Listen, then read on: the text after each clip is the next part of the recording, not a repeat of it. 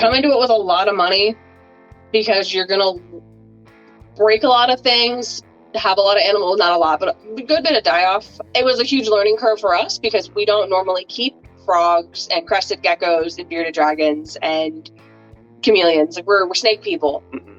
So we really had to dive into the husbandry on all of these animals immediately and really kind of figure out, okay, how is this going to work? How's this set up? What do we need? What are the right products for this animal? And then we need to be able to carry those options in the store at different price points. Yeah, definitely research all of the species that even if you don't want to carry it, other people want it. And funding, like she mentioned, is even if you think you've got enough set aside to do your orders, you still have to be able to cover your personal bills.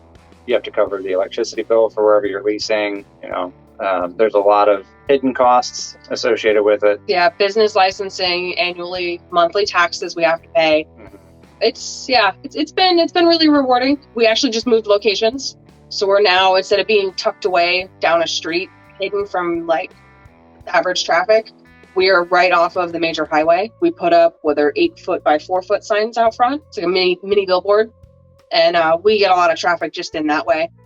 A lot more cars see who we are and that we're here. And we opened in July. We're still having people coming in going, I had no idea you existed. Yeah, that's another thing for opening a store is set aside money for an advertising budget, whether it be Facebook advertisements, if you can swing a billboard, a newspaper ad, whatever you can do. Radio ads, yeah. Just any kind of outreach that you can do just to get your name out there. Currently, we've only done a couple of Facebook advertisements and they've been pretty successful for us. But aside from that, we haven't really done anything for advertising. So that's not really one of the things that we originally calculated for, but we're definitely seeing now to have an advertising budget would be a good help, especially for somebody just getting started. We do Morph Market as well. Same name, Wiregrass Exotics on there. Eventually, we'll have our website up and running where we will do dry goods. We'll probably ship everything except glass, just because it's not economical to do that. But we'll have a website where somebody can go on, pick out what they want. We'll put it to the side like an online order, and they can just come by and pick it up whenever it's ready. A website with an up-to-date availability of animals and dry goods would help bring more people in as well. We had a family recently drove up from Panama City, and they walked in and they were absolutely blown away.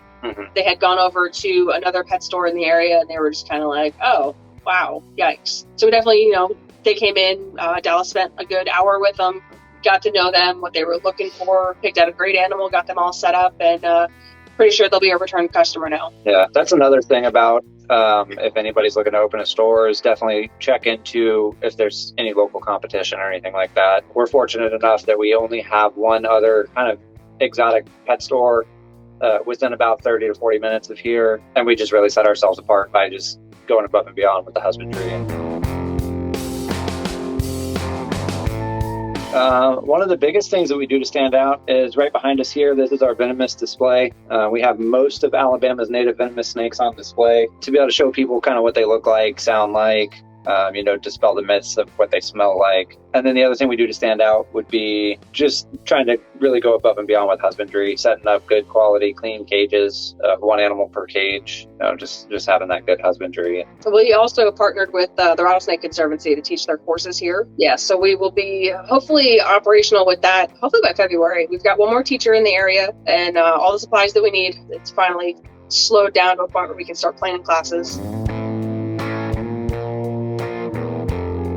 Definitely ball pythons. And Repti bark. And Repti bark for dry goods. We have a huge success with exoteric glass, but that's one of the biggest reasons is we don't really carry a lot of other products. We don't have Zilla glass, with the exception of some of like the 40 breeders. We're carrying Zilla in all the sizes. But yeah, definitely exoteric glass and ball pythons are like the number one seller for sure. And bearded dragons. We have a lot of people that are interested in bearded dragons for a first pet. Hognoses. Hognose snakes. Hognoses are very popular. A lot of live feeders too. Yeah, we have a full production room in the back of rodents to try to keep up with demand for live feeders and still have to supplement every once in a while. Yeah, when we first opened, we placed what I will call an overly ambitious order with one of the large frozen rodent suppliers, and we're finally starting to dwindle down on that supply. So I'm definitely not looking forward to having to order more of those. But our thing is trying to get people onto frozen just because it is time consuming and a little bit more expensive to breed the live rodents. And safer for the animals. Safer for the animals, yeah.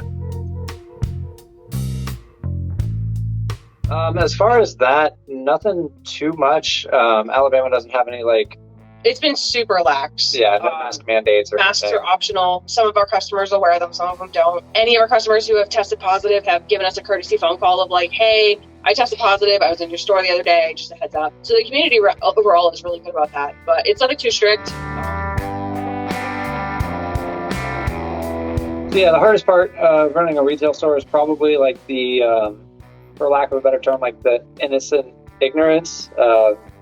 Just because there's not a lot of information about reptiles out there. We have a lot of people that come in that brag about killing snakes and stuff like that. So that's definitely hard to deal with. Product availability is really complicated. Tail end of COVID, still can't get in 100% of what's available. Yeah, dry goods have been rough. This past year for like Exotic Envy, they had a really hard time. But we're kind of on the tail end, so things are starting to become available again. But the overall selection that I found so far is very basic. Like, I still want a wholesale account for Arcadia lighting, waiting for VivTech to be available. I really want to get in more of the advanced goods for better husbandry.